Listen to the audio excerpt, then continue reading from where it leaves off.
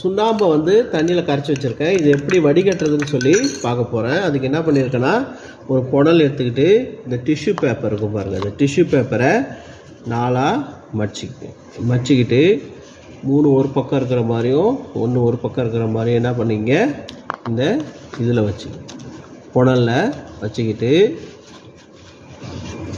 இந்த கிளாஸ் மேலே வச்சுப்போம், எம்டி கிளாஸில். இப்போ என்ன பண்ணுங்கள், இந்த கரைக்கி வச்சுருக்கிற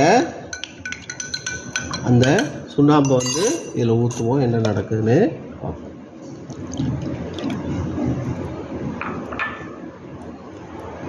இங்கே பாருங்க, சுத்தமான தண்ணி கீழே இறங்குது, வெள்ளையாக இருக்குது பாருங்கள். இந்த சுண்ணாம்புலாம் வந்து என்ன பண்ணுது, இந்த டிஷ்யூ பேப்பர்லேயே படிஞ்சிடுது. நிறையா தண்ணி ஃபில்டர் ஆகிட்டு கீழே இறங்குது. சுண்ணாம்புலாம்